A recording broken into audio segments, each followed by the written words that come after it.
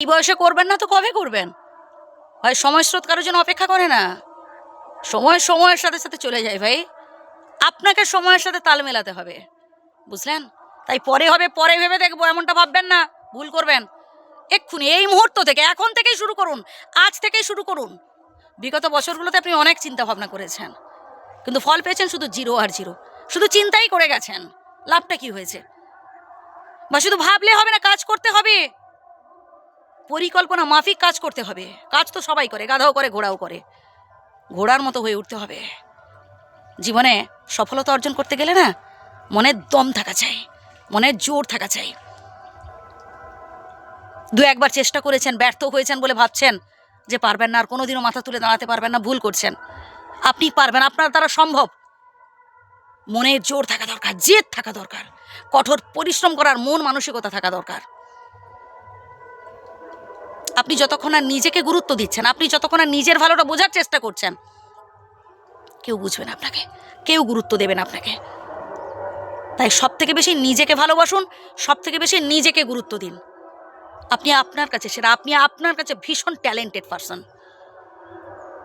আমরা সবসময় খালি অপরের সাথে তুলনা করতে থাকি, নিজেদেরকে গুরুত্বহীন ভেবে অপরকে বেশি গুরুত্ব দিয়ে ফেলি। না ভাই, নিজেকে সব থেকে বেশি গুরুত্ব দেন।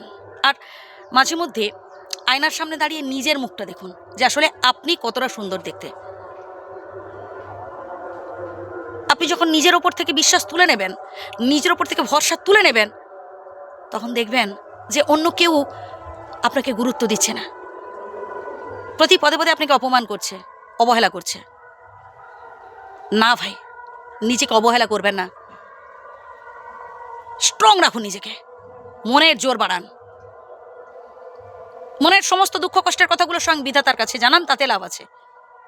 জনে জনে সব মানুষের কাছে বলতে যাবেন না। মানুষ তার স্বার্থে আপনাকে ব্যবহার করবে, আপনার দুর্বলতার সুযোগটাকে তারা ব্যবহার করবে, বুঝলেন?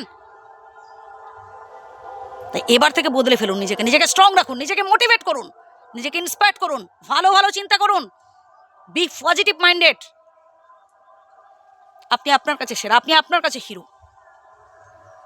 নিজের পজিশনটা নিজেকে দখল করে নিতে হয় সৎ পথে, নিজের কর্মের দ্বারা। শত্রুকে জব্দ করতে হলে ওই ঝগড়া করে, যুক্তি তর্ক দিয়ে বুঝিয়ে কোনো লাভ নেই। শত্রুকে জব্দ করতে হলে কর্মের দ্বারা জব্দ করতে হয়, জীবনে সফল হয়ে জব্দ করতে হয়।